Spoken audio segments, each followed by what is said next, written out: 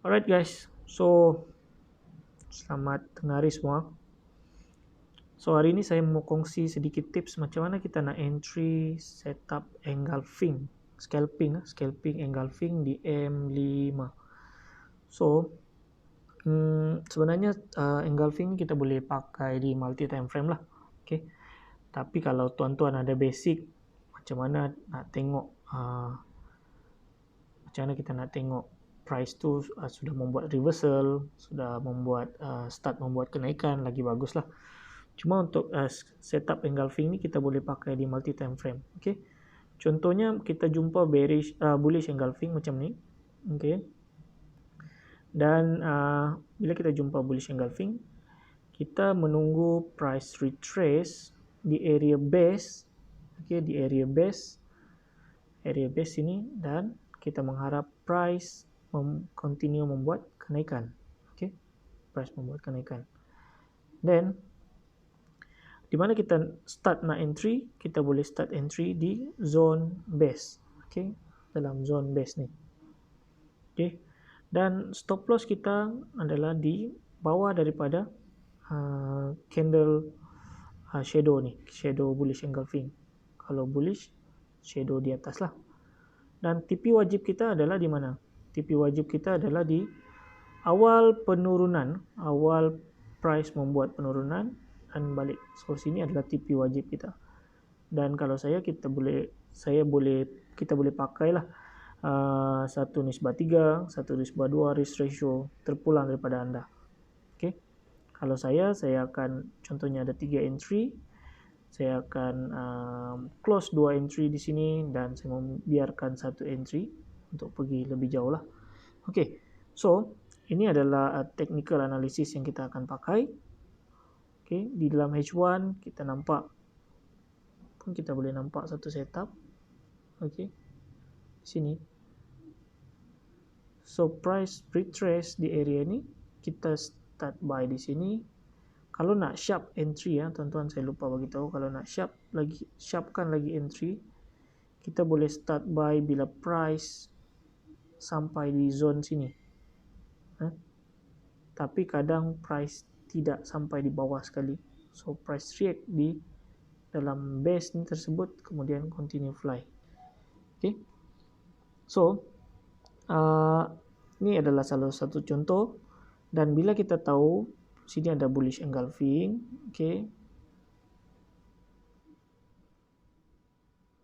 kita tahu sini ada bullish engulfing, kemudian price retrace, dan saya mencari peluang buy di sini sebab price dah retrace dan berpotensi untuk membuat kenaikan. So saya mencari peluang buy di M5. Okay, M5. So di dalam M5 masa dia retrace, okay, dia membuat bearish engulfing. Okay, price membuat bearish engulfing. Kalau kita bullish engulfing. Okay, price membuat bullish engulfing di sini. Kita tengok di sini ya. Price membuat bullish engulfing, kemudian stop loss di bawah sedikit, dan price retrace di area ini, kemudian membuat kenaikan. Okay. So kalau kita entry di sini, floating dalam berapa pips? Dalam 7 pips. Kita dapat dalam 13-14 pips 1:2. So agak okey lah, pada saya okey 1:2. Dan next setup kita boleh cari bila kita mencari bullish engulfing lagi. Okay, kita mencari bullish engulfing di mana? So yang ni setup fail. Satu ni adalah setup fail lah. Kita nampak bullish engulfing, tapi dia punya shadow sangat panjang. So saya tak berminat sangat shadow yang panjang-panjang macam ni. Okay, ini ada, so it's normal lah tuan-tuan, kalau setup fail tu adalah normal. Okay, tapi kita kena sediakan stop loss lah di sini. Okay, kita kena stop loss ataupun cut loss. Kita kena berani cut loss. Okay, And then di sini saya nampak ada satu setup lagi yang cantik. Oke, ada bullish engulfing. So di sini kita membuat stop loss di bawah ni. Oke, and then price naik dan kemudian membuat penurunan di sini dan kembali terbang. Oke, di sini kita dapat zero float lah, zero float. Dan kita dapat sampai 23 sehingga 24 pips. Oke. Begitu juga dengan di sini.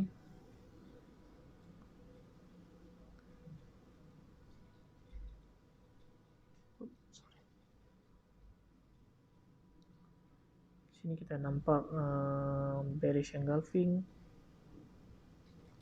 Stop loss di bawah. Oke, stop loss di bawah sini. Price buat bullish engulfing ataupun rally based rally, dan kemudian dia turun dan kita sambung untuk buy. Oke, kita dapat dalam floating mungkin 1-2 pips dan dapat 10 pips. Oke lah, kan? So far pada saya oke.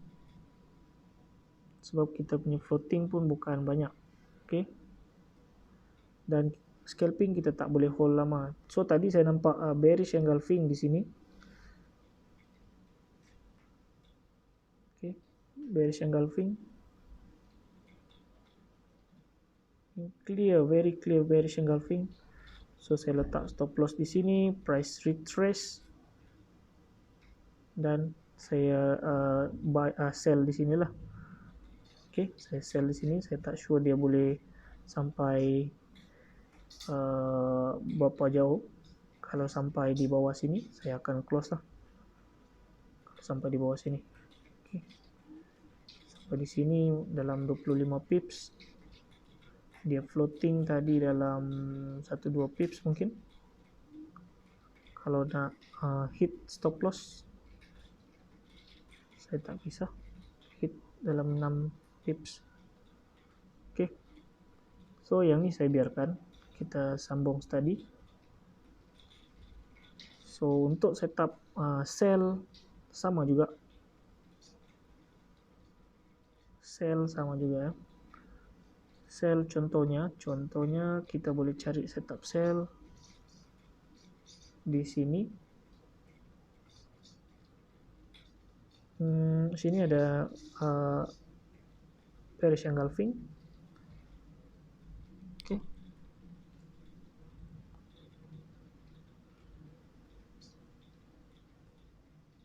So kita marking daripada body. Oke, stop loss di atas. Alright. Stop loss di atas dan price retrace di area ni. Dia bermain-main di area ni dalam 10 minit. Kemudian dia membuat penurunan. Oke. So risk ratio kita berapa? 7 pips, 8 pips. Kalau nak sharpkan lagi entry, kita boleh di sini kurangkan lagi. Oke, so menjadi 5-6 pips. So far price turun sehingga 77 pips. Oke. Lain-lain. Contoh lain adalah di sini. Oke. Price membuat bearish engulfing dan stop loss kita di sini. Oke, candle yang ni, candle yang tertinggi, stop loss di sini, price turun, membuat kenaikan dan kembali membuat penurunan 42 pips. Oke. Di sini pun ada. Kita boleh sell lagi. Kita boleh sell.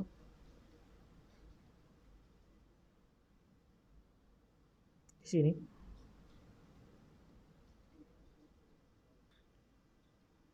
Di area ini kita dapat maksimum sehingga 33 pips. Oke, M5.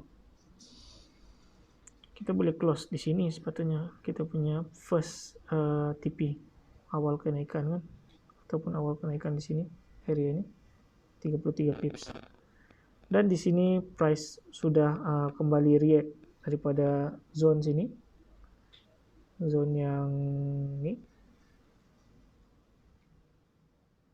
Kemudian dia membuat bullish engulfing. Okay.